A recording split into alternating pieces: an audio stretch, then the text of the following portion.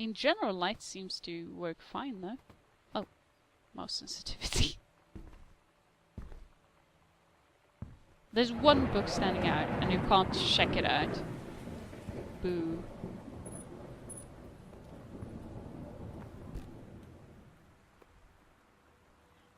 Dad's second book, The Accidental Pariah. Pariah, I guess? I don't know. It sounds like piranha.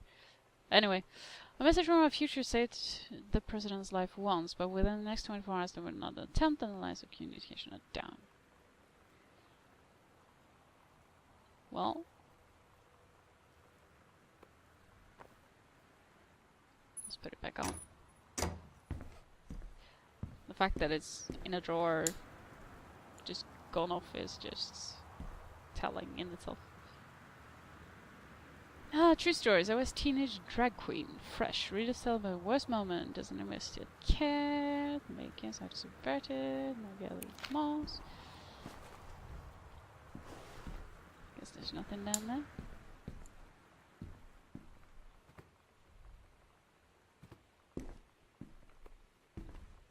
What's this? A stranger under my roof. For parents of teens. Understanding teens. The teen years are fraught with change of all types. Physical, mental, emotional, spiritual. But these changes don't just affect your teen. Your teen's turbulent years are a challenge for parents as well. Maybe the biggest challenge you've yet faced since having children. This book holds insight into your teen's behavior from the very beginning, as he or she first enters adolescence up through the end of the teen years as he or she enters young adulthood. The practical strategies here are based upon well-tested principles of pediatric psychology presented by Dr. Eliza Medina, herself a mother of 2 teenagers. Prepare to gain new tools for establishing a productive, healthy, and loving dialogue with the stranger under your roof. Okay, so I guess my parents wasn't exactly knowing what to do with my sister, or me, possibly. Oh well. Let's see, Dad's office and the library. Let's see where this is going before we go upstairs.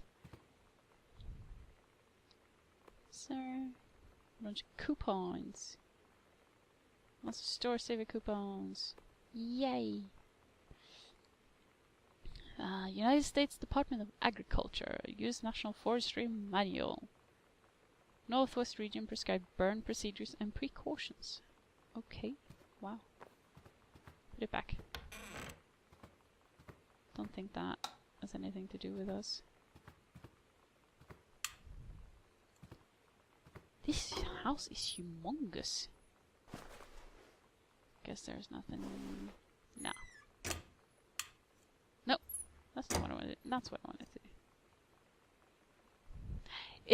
It irks me and my gaming sense that a few books stand out and I can't do anything with them. Because anything standing out tells me that, oh, I need to check this out. Textbook. World History.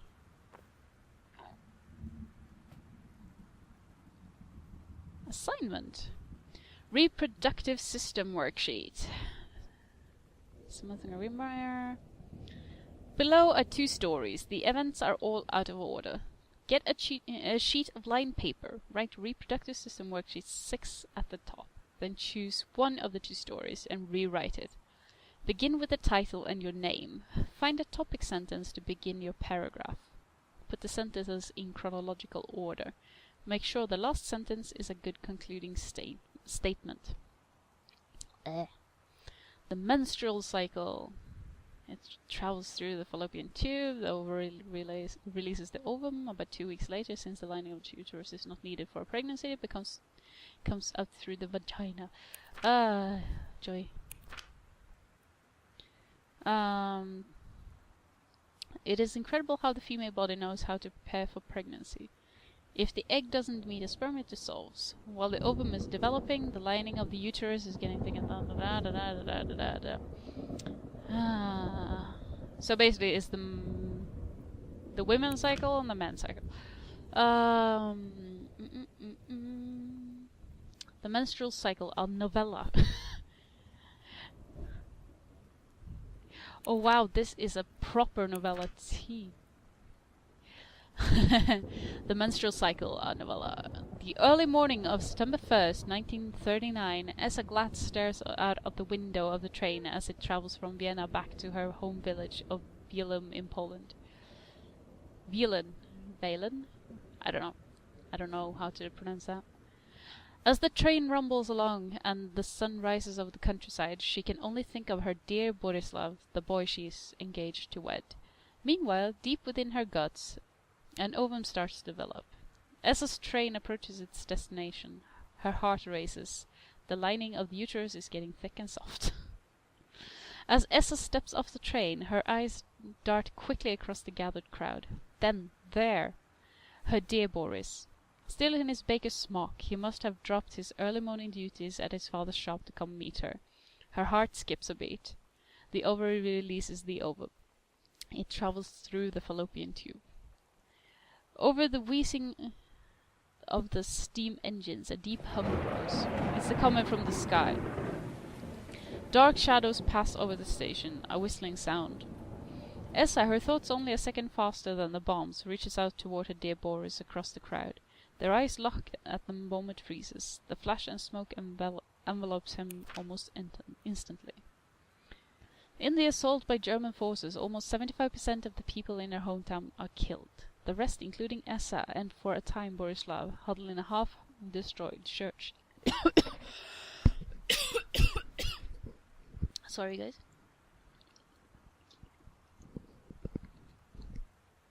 Ah, jeez. That was bad. Stupid throat. He is blind. His legs are missing, bandaged with torn bedsheets. Essa's egg will not be meeting a sperm. It dissolves. About 2 weeks later, Boris loses his grip on life. Essa has given up her rations to keep Boris alive, but in the end nothing can save him. Since the lining of the uterus is not needed for pregnancy, it comes out through the vagina. Essa vows to survive. She sets off to join the Polish resistance as a daring spy and saboteur. Another ovum starts to develop in one of the ovaries, and the process begins again. It is incredible how the female body knows how to prepare for pregnancy. Well, can't really say anything about our sister's imagination. That's awesome. I would have loved to be able to do something like that when I was younger. Well, I did have somewhat of an imagination. I didn't have that well of an imagination. Not that well. That good of an imagination, I was gonna say. Somehow I always knew that someday we'd be through. Now that it's happened, I just can't believe it's true. I've done the Ooh, best I like I this. could. This is a nice Keep from jam. feeling blue. Can't get you off my mind. Ooh, whiskey. What Nom nom. am I gonna Voodoo, mildew, and shandu. Why, Daddy, I didn't know you were. I'm right here looking at you, honey. If it ain't me, it's my shadow. Do you think I sent you far away I ain't been nowhere. from me? I thought Hmm. you'd stay away from me. Try to cut. But hopelessly you got me down. You left your voodoo all around. I left. Wow. It doesn't really sound like that when you do that. Seriously. I grew up with one of those. Let's see. From the desk of Donald Fripp's publisher. Dear Mr. Greenbrier, write to inform you that unfortunately the Mercury books will be unable to publish your follow-up to The Accidental Pariah. Despite the low sales of Accidental Savior, we went ahead with publication of the second book in hopes of the John Russell series catching on. However, sales of the second book have in fact been lower than those of the first, and so our stewardship of the series must end here. It has been a pleasure working as your publisher, and we wish you and John Russell the best in your future endeavors. Well, considering what he wrote about, I guess... Oh, vodka. Ugh. Go away. I'll take the whiskey any day. Vodka, not so much. There we go. It's a letter. Samantha, please give this to your mother. Janice, thank you for having Danny over to your new home. He has missed having his friend Samantha in the neighborhood very much. Danny asked if he could lend Samantha his Nintendo Street Fighting tape, and I gave my permission. He needs to spend less time with those games anyway. No hurry returning it. Let Samantha know that she is welcome back to our house to visit anytime. Mary something. Shoots? I guess? Something like that? When you live in one place your whole life, your next door neighbor is kind of like your default friend. And Daniel only got weirder over the years. So moving away has been a good excuse to, like, not see him anymore. But he did always have the good Nintendo games. Maybe I'll give him a call. Well, that is true. That's a lot of books. Well, I guess that's how it goes when you're not selling as much as you thought you would with whatever you published.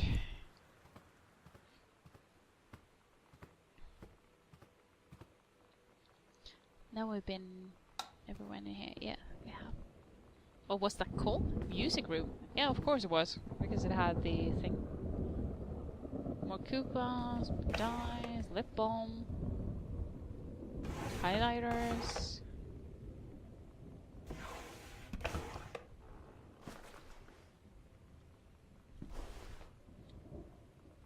Let's see.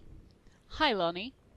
So if you wanted to come over to my house still this afternoon, that would be cool. I can drive. It's kind of far, but I can drive you home too, so hopefully that's fine.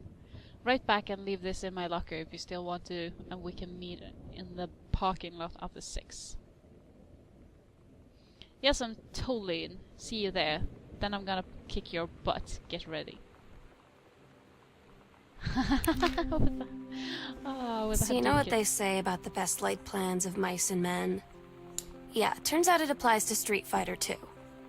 At least I worked up the courage to walk into the 7-Eleven and ask for a turn, but all that practice at home did not exactly translate in the wild.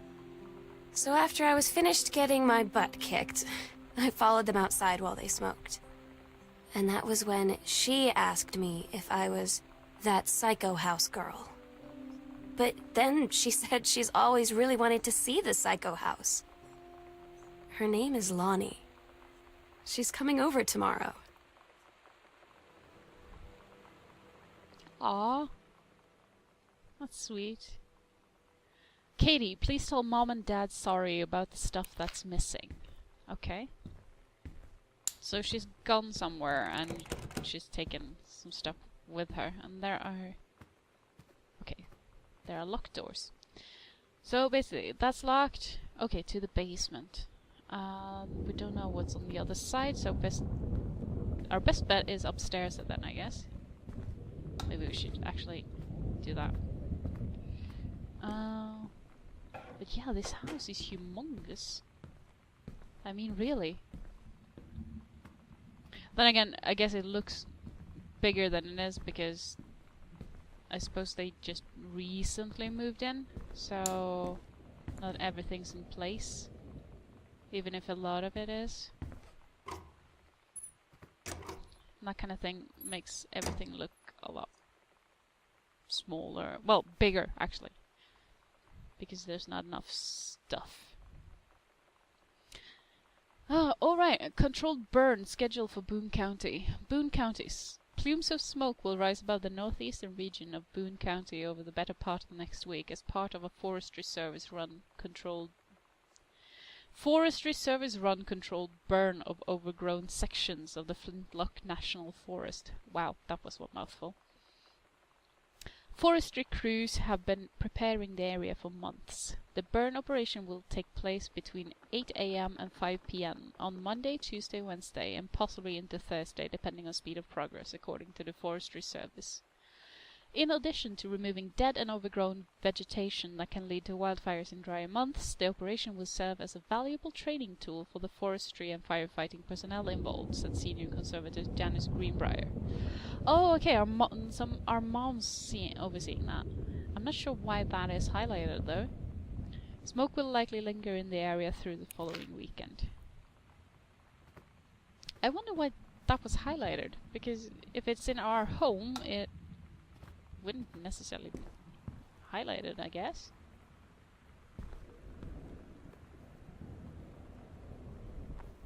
That's a fancy comb. That's like the back in the 90s for sure. Weekly planning. Oh, hello, I can barely read that. Couples bowling, I guess. Cooking class, ballroom.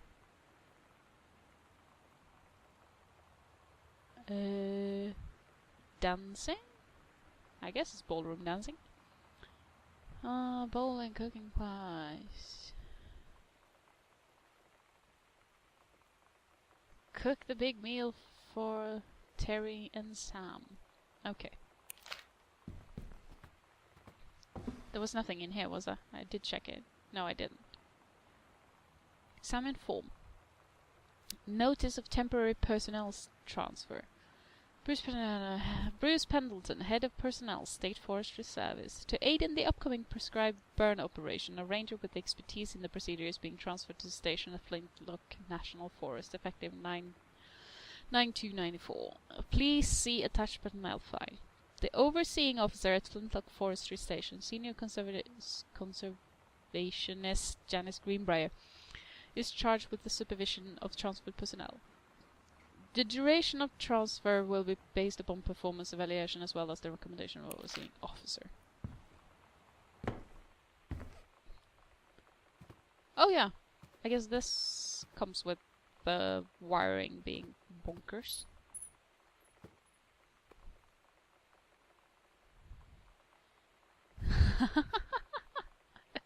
Bratmobile potty mouth. Okay.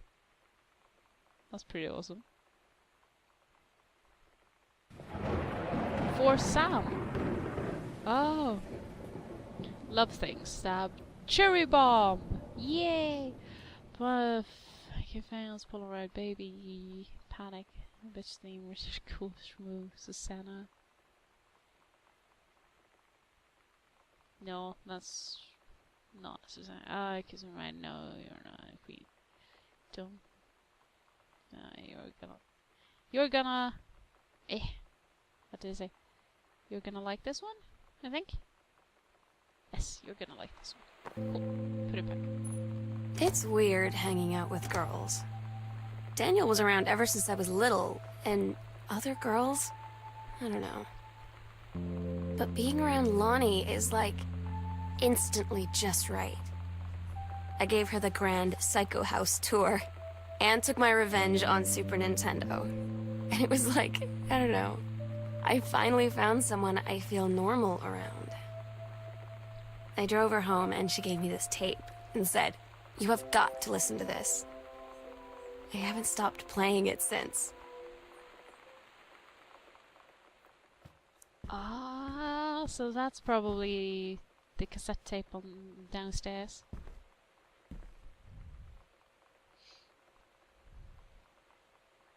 To whom it may concern, I, Samantha Greenbrier, am 17 years old and am therefore an independent, fully functional human being. The fact that you still forbid me from going into the city on my own is frankly absurd. Compared with Katie, who is only 3 years older than me, and yet you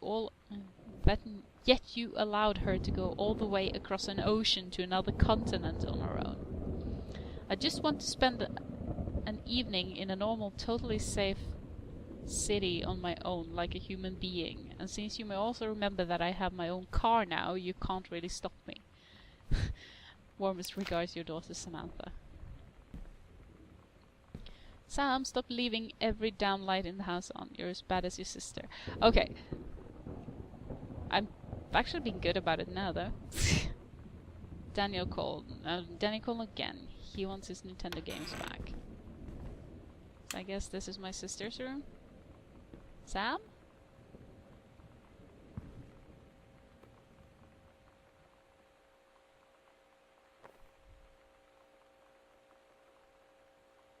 Yeah, because the cassette is missing here. Or is this the one? Bratmobile! We're so cool, yeah, yeah. Yeah, we're so cool, yeah, yeah. Fuck you too, push more.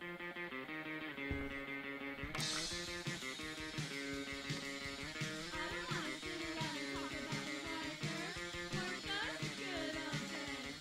I don't wanna wonder if you're gonna say hello. I don't wanna wonder if you're gonna walk away.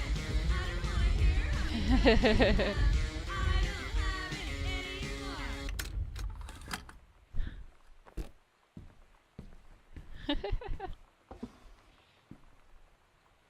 That's pretty cool. Ooh. That looks like a game I would enjoy. Super Spitfire. That looks kinda cool as well though. Guess there's nothing...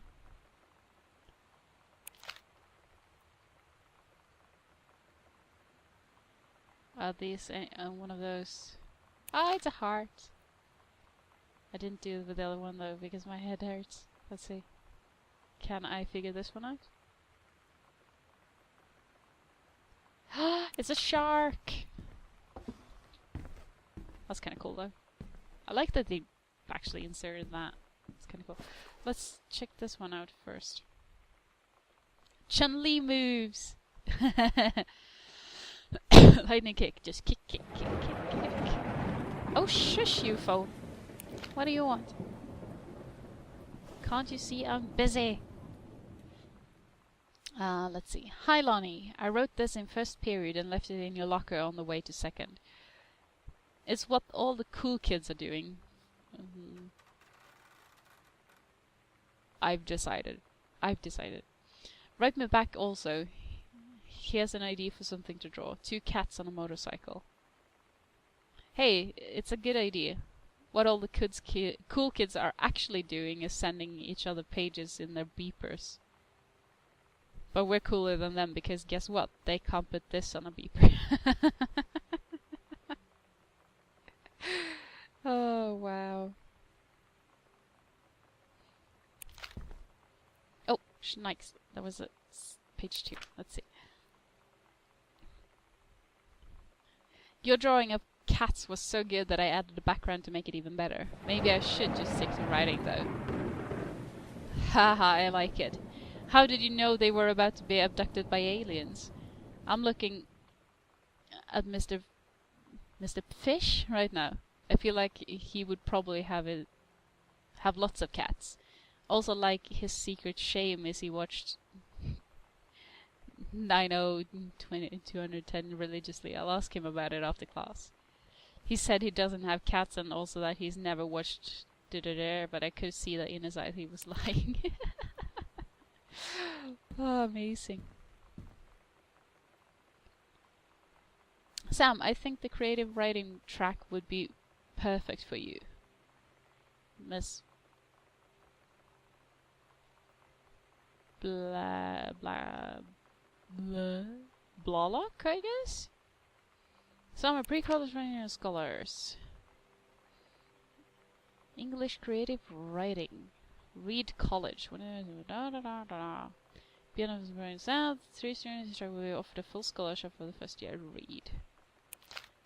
Okay, so basically she's good at writing, which our dad most likely is not as good as he'd like to think he is.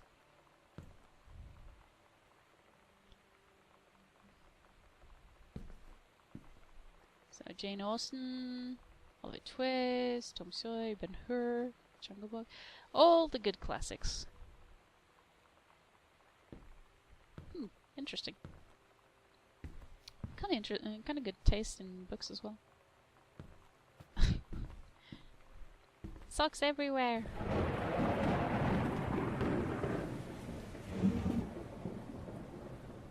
Let's see. Magazine. Groove. Exclusive Asian Africa. Solo Silent Live. Weezer. Master Martin. One of the Murder Street has.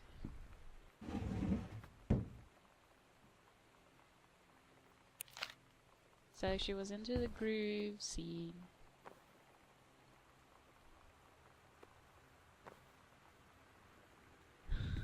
It's sticky.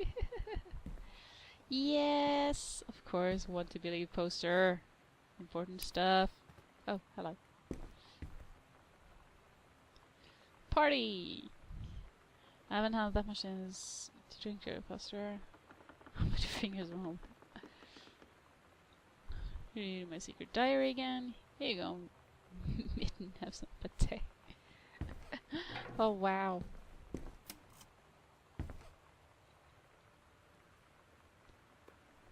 Sam had this in like 4th grade. Oh, it's cute though.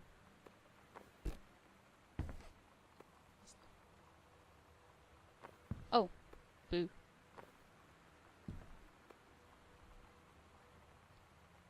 Aw, Mitten.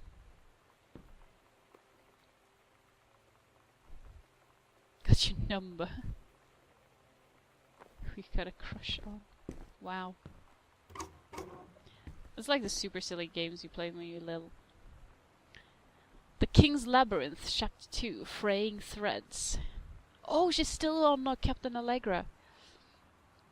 Captain Allegra, still in her flowing skirt and sturdy jerkin, descended a single shining thread into the lower cavern of the labyrinth. She and the first mate, on their own now, grew closer to the goal, the throne room of the dead immortal king of the island. The first mate slid down the line onto the stone floor. She swept chalky bone dust from the front of her canvas trousers and looked up at Allegra. The silken thread, nigh unbreakable thanks to the enchanted moths that inhabited the island, trailed behind, leading their way back to the entrance. From further into the labyrinth, a moaning began to echo. The moaning grew louder and clearer. It turned into words from some ancient language they could not understand. The king's cursed voice. The hairs on Captain Allegra's arms stood on end. She looked back at the first mate, whose eyes remained locked on the blackness of the passage for a moment too long before noticing the captain's gaze. The first mate nodded silently ahead. Following the king's ghostly song deeper and deeper into the labyrinth, they came upon a rocky gap spilling forth otherworldly blue light. The green basin of the dead king's throne room lay below. Skeletal in rotted robes, the king was hunched over the blue orb topping his royal scepter. Shadows of his bony fingers danced on the walls like ghouls. As he sang, wailing souls flowed in one by one through the cracks in the cave walls, pulled into the orb, causing it to glow brighter and brighter. Behind the king, a long staircase hewn from rock led down into the chamber from a passage at the top. Allegra said, "We have the advantage in numbers. I will draw his attention, and then you—" But the first mate interrupted. "No, I'm smaller and quicker, and you know of dealing with mystic energies like these. I will circle to the other side, get the king's attention, and lead him on a merry chase." She held up the silk line, all traced by this invisible thread, of course. Allegra said, "It is a good plan, but perhaps we should go together." The first mate shook her head. "You know this is our best chance. Don't be afraid for me." They grasped hands and exchanged 3 tight squeezes, their palms growing warm. The first mate tied the shining thread to the belt of her trousers, gave a quick salute and a wink, and dashed off. Allegra waited, staring vigilantly across at the top of the stairs where the first mate was to appear. The king continued his, "Wait, no, no!" The singing stopped. The king turned and began walking up the stairs. Allegra wanted to call out, to do anything to stop the first mate from running headfirst into danger. She tried tugging on the line, to signal her. No use. The king was nearly at the top of the stairs when the first mate burst through the passageway. She skidded to a stop. Even from across the yawning basin, Allegra could see the first mate's eyes grow wide. She turned and ran, summoning his undead power. The king left the ground, levitating, gliding behind her with distressing speed. From some dank passage, much too far away, Allegra heard the first mate scream. She was already running toward the sound. The line in Allegra's hand went taut, then shuddered. It fell slack to the stone floor. As Allegra ran, she was gathering line, twisting it around her arm. She came to its end. The unbreakable thread dangled limply, its end shredded and frayed in her hand. She tossed it to the ground and ran.